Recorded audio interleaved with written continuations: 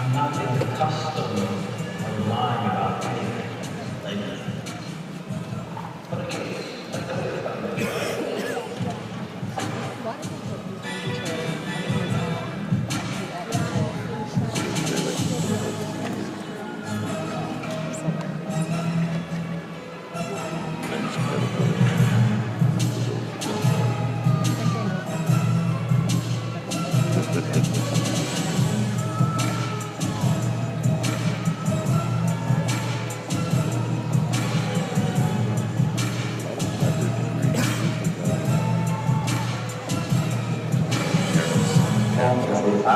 Hello, Uncle Jay. How you doing, right? How's your game? Okay. Left hand coming? Okay. School work? Okay. So it look like you grew a little bit. Think so? Oh, no doubt.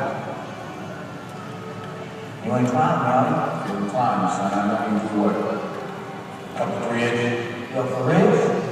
It's the truth. That's all.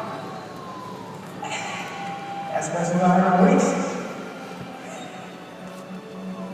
Alright, well, cool. I'm gonna let you two talk. You know, get reacquainted.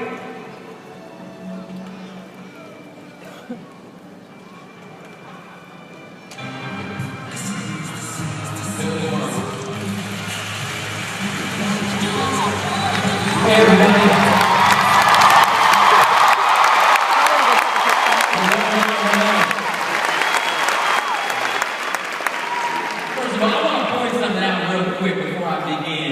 That I am not as short as what Denzel was trying to make me out.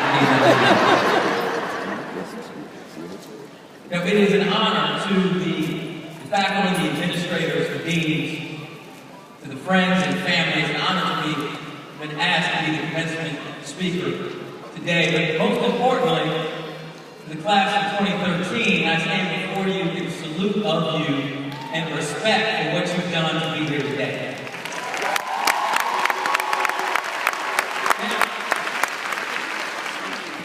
There's an interesting paradox when it comes to delivering a commencement speech, and the reason why most commencement addresses are not good and, in fact, boring, is because there's a lot of pontification about either what the speaker has done before or what you all need to do in the future, when our whole reason or purpose of being here is to celebrate you. So to deal with that paradox, can I come that way? Okay, good. So to deal with that paradox, every time I say class in 2013, I need y'all to make some noise. We want it to be clear that the reason why we are here is to celebrate you and what you've done to get here. Because many of you, it's my understanding that most of you here didn't grow up with a silver spoon in your mouth. Am I right? That many of you have had to work 1 job, 2 jobs, 3 jobs, and go to school at the same time. And many of you have children that you need to take care of, but also take care of your studies. That many of you have gone through a lot to be here right now. And so we celebrate the work that you already put in.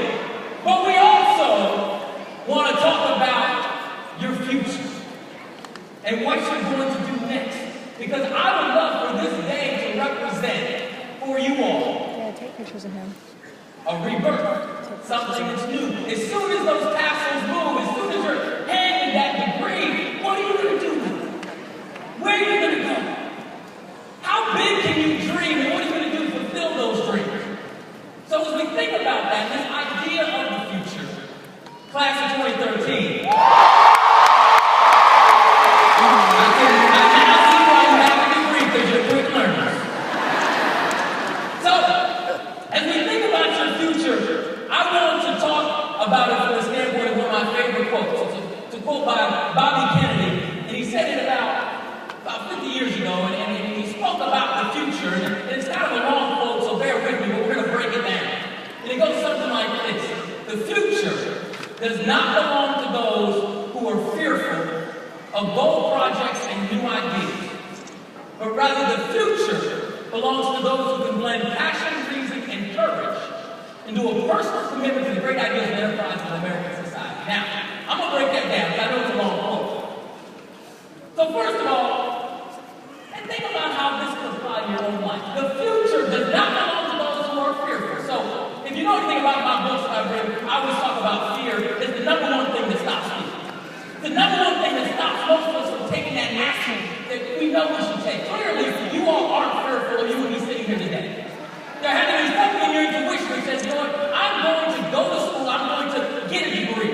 I'm going to continue building my foundation because I realize that the size and thickness of my foundation is very proportional to the size and scope of my goals and dreams. Yes. And unless I go back to school, I'm not going to be able to have sustainability because my foundation won't be solid.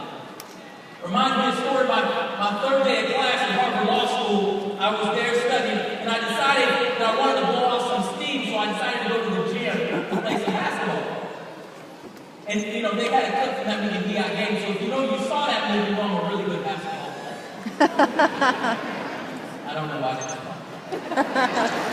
But so, I went to play basketball. The interesting thing about being at Harper Law School is that the library is full, but the gym is empty.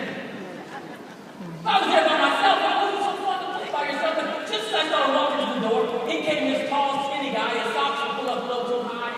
His shorts were a little too small. Those of you who are old enough to remember, people like Larry Bird and Dr. J. They wear those little short shorts. You know, Michael Jordan came along and his shorts got long. Well, see, he was wearing the short shorts. It looked a little odd to me. But I still wanted to play basketball, so I ran into him and said, hey man, you want to play basketball? And he looked down at me with a little attitude and said, why else would I be in the gym? I said, man, you don't look like that, I'll cut you. I said, how you doing? I said, what's your name? He said, my name's Barack. I said, Barack, nice to meet you. My name's Barack Obama. And so, what's interesting about that is that we come to find out we're in the same class in Harvard Law School. And what's interesting about this guy, Barack Obama, is that I'm in my early 20s and he's almost 30. You know, when you're early 20s, somebody's almost 30, they're so old. And I learned more about this guy. He decided to come back to school. And this is where I realized about the idea of the foundation that we built for ourselves and the scope of the goals we had. Because he realized, even though he had a bachelor's degree from Columbia University, which is a prestigious school, he needed to go back to school because he realized the scope of his goals were bigger than the educational foundation he had built for himself. So at almost 30 years old, he goes back to school and incurs almost $100,000 in student loan debt because he had big ideas and big dreams. Now, he could have just listened to most people's advice and said, hey man, just stay where you are. You're way ahead of the game. Don't go back to school. Don't get that extra degree. Keep your dreams down here. You don't have to aspire for something greater. But I want you all to aspire for something much bigger. This is the next step, class of 2013.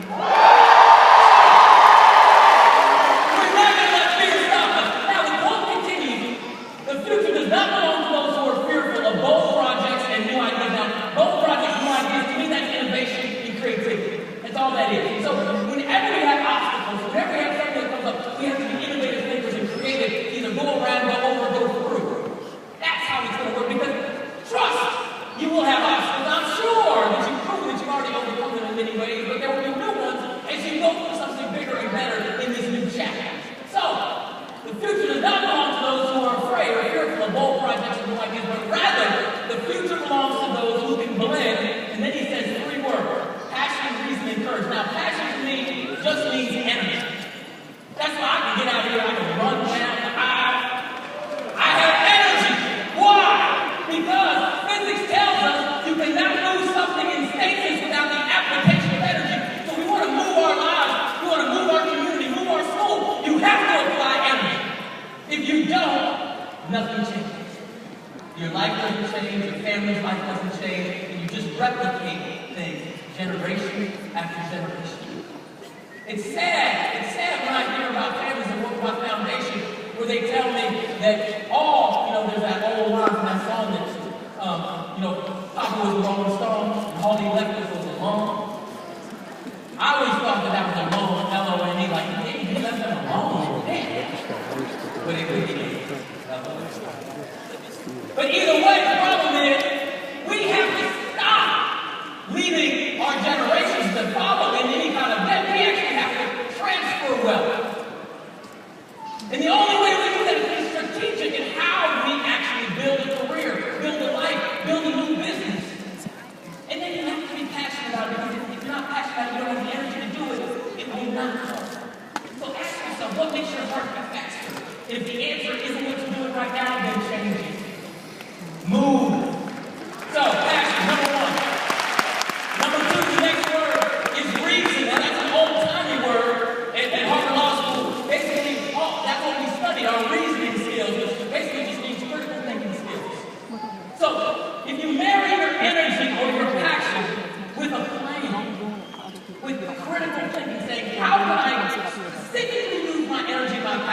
make a difference? How can I build this new business? But I'm not just going to start a business. I'm actually have a methodology for a very specific plan or a blueprint of how I'm going to have success. And I'm actually going to even anticipate the obstacles that will come. So I already have a plan about what I'm going to do when those obstacles come. I may have to save extra money. I may have to have a side loan or friends that are lined up just in case to give me some more sustainability. But the point is, I'm going to have my reasoning skills, my critical thinking skills to actually be able to do it, and I'm going to apply my energy in that area. Am I going too fast? Okay, I'm almost done. The third and final word, it's my favorite word in the English language. The etymology of the root of the word is cour, C-O-U-R. If you speak French, you know that cour means heart. And this word I'm talking about is courage. Courage is one of my favorite words because if you don't use courage, if you don't move from your heart, there's no way you're going to be able to overcome the obstacles that will inevitably come.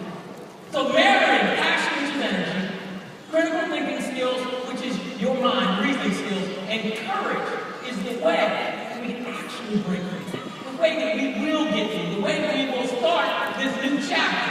In class of 2013, you will be unstoppable. Because at the end of the day, to me, the goal for you is to live a life of impact and legacy.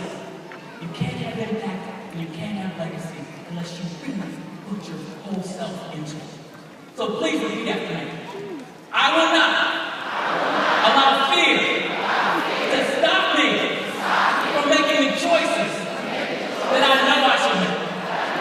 Instead, I will act from my heart with courage, and in so doing, give others permission to do the same. I will live a life of impact and legacy. I love you, class of 2013.